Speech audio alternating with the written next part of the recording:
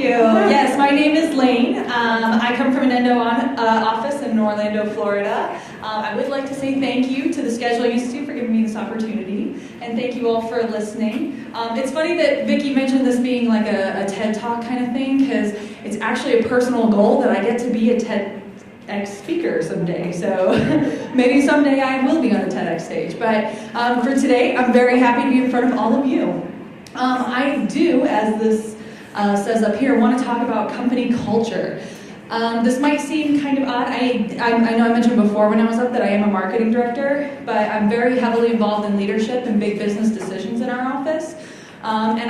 It kind of occurred to me a long time ago that culture was a really big deal. I noticed that all of the most successful companies, the best of the best in any industry, had really strong company cultures. So there's no specific statistic I can tie to this. What I can tell you is for us, it meant 40% growth in 2014 and over 45% growth last year. So we grow tremendously. And I believe that our company culture has a huge amount of effect on how well we are doing as a business. So let me just dive right in. So for those of you who don't know, I don't want to assume anyone knows what I'm talking about when I say company culture. So company culture is defined as a way of thinking, behaving, or working that exists in a place or organization. You can find that in the Merriam-Webster dictionary. What I like to call it is, a culture is to a business as a personality is to a person. So it's the vibe that you have in your office. It's what you're about as a business. The thing I would say about it is, you all have a culture right now. Whether you know it or not, whether you are intentional about it or not, you have one. And it may be good and it may not be so good. I think most offices in here would have a great company culture, or hopefully. But my goal today is to get you thinking about your culture and being more intentional about your culture. So how do you become intentional about a culture? Well, first of all, you got to talk about it. You need to look at yourselves and recognize, what does your office feel like? You can have a beautiful office, but like I said, it's a vibe. So you can go into an office. Have you ever gone to an office that's, you walk in, you're like, oh my God, this place is awesome. But then everyone looks grumpy, and suddenly, the place isn't so awesome anymore, and, everything just, and maybe two people don't like each other, and, suddenly it's just not so great anymore. So it doesn't even matter. The building doesn't matter, because there's a weird vibe in there. It's not a good culture, because people are allowing people to have, these faces, to have problems and let it show in front of patients. That's not a good culture to have. So you definitely want to make sure that you're paying attention to those kinds of things. But how do you get it? A good way to start is core values or a mission statement. I'll be honest, we actually don't have a mission statement in my office. But core values we do have. In fact, I think that that's essential. If you don't have core values, I really, really want you to go back and talk about core values. So when you're thinking about core values, there's ones that would come about maybe very naturally. Okay, this is what we're already about. So we're about service. Okay, so that might be a core value. Don't overthink it. If you have no core values at all right now, don't go back and let it stress you out. Be like, oh my God, we gotta pick these core values. I don't know. And you pull up a list and there's 40,000 words, and you're just like, how do I pick? Don't freak yourself out. It's not a big deal. The thing is get something in place. Get a group of people together and say, well, what is important to us? Well, let everybody throw out words and decide together. Collaboration is a big thing for me. It isn't a core value. If I start my own company, maybe it will be. But talk about it and just set some in place. We actually had core values. We had 5 core values when we first set them several years ago, and we actually revamped them about a year ago, threw out 3 of them, and added 4 new ones. So now we have 6, and most of which are different. So don't stress yourself. It will change. It'll evolve with your company as you grow and everything's happening and changing. But the way that you actually have a culture. Now you can put up core values, throw them up on the wall. Do you think you have a culture? No, not yet. Because you need to pay attention to it. Culture is not something that you can set in place and it's just gonna, go with the flow, just without you pushing it, it's just going to go. It's not going to happen that way. You have to reinforce. You have to remind people. We actually theme every quarter in my company with a core value.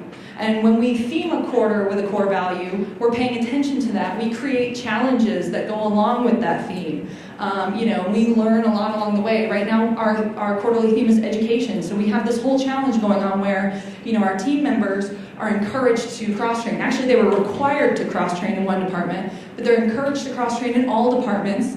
And then if you do, and you get 5-star certified, and you learn about every single department, you can take a test, and the highest score gets $500. That's just to get people involved with our core values. And recognizing people. When we have our quarterly meetings, when the whole team is together from all the locations, recognizing people for embodying our core values. These are ways that you constantly reinforce your culture with your teams.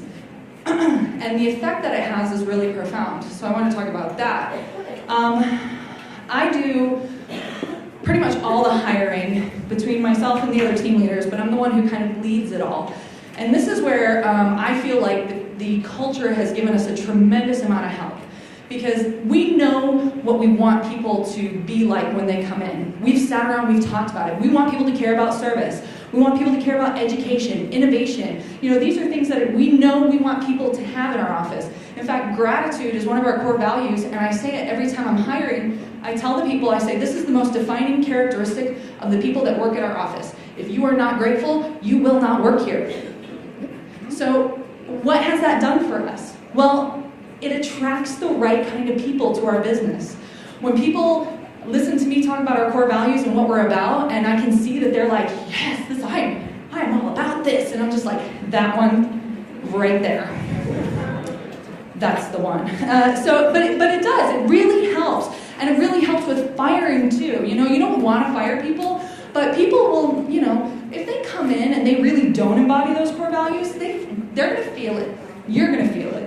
They don't really fit. A lot of times they weed themselves out. That's one of the most beautiful things about the culture is that I don't have to do as much firing because people will flee. We laugh. We have had some flee recently. But just to keep going, it helps with engagement. It helps with consistency. When our people embody what we're about, we don't have to worry about whether they're following the processes all the time because they're about the same things that we're about. So it just makes everything like that become a lot more seamless and a lot, more manageable. We don't have to manage as much because of our culture. So let me just run through some examples of culture. Ritz-Carlton has a very defined culture. Part of what makes, when you go to a Ritz-Carlton in Japan or you go to a Ritz-Carlton in Orlando, they have the same level of service no matter where you are. That's global. That's a culture that has gone around the globe and is so consistent that you can go to every location and it's the same everywhere. This is a picture. If you don't know about Ritz-Carlton, a lot of you have probably worked with Ritz-Carlton right here. But if you don't know, they have a Credo card that they have in their pocket at all times, every Ritz-Carlton employee. And that has their service values. It has their credo, their motto, ladies and gentlemen serving ladies and gentlemen. Like, that exhibits a really strong culture, and that is why, globally, that company stays aligned, no matter what. Google. Their people have Googliness. If you've never heard of that before, that's what they call it. That's what their people embody, is Googliness. And it's a very real thing. They attract the top performers, not because their buildings are really cool. Do you think that this building would be half as much fun if the people in it totally sucked? It wouldn't. It wouldn't. It's because they have a strong company culture, and it attracts all the top performers. They don't have to worry about whether they're going to get the best tech people. They're going to, because they're flocking to them, because they have an amazing company culture. They clearly define their core values. They have 10 great values. You can find them online. And they're posted in their buildings. And their people embody this.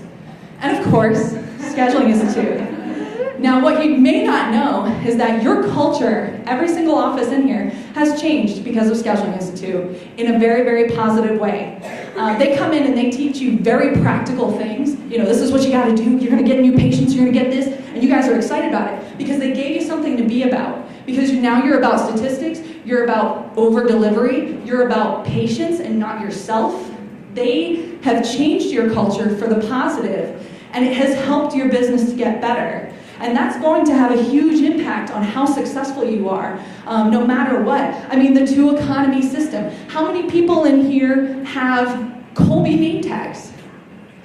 Scheduling, that's right, look at that. Scheduling has had a profound effect on your culture in a very positive way. But what I really want from you to do is take that momentum that they've given you, go back to your offices, think about what do you want to be about. They've given you tons to be about. They've given you a great start. Working with a fantastic company like that has given you guys a great foundation to make your own fantastic business. So please go back, be intentional about your culture. Think about what it is that's important to you. Some of the things might be the same as the scheduling is too, but you're going to do your own thing. But the point is just pay attention to it and make it something your own and keep going with it, because that's what's truly going to separate you. You guys, just like they said, just like Shayla was saying, you're already up here, so how are you going to get even higher? So thank you guys for listening. I hope you enjoyed it. I appreciate it. Thank you so much.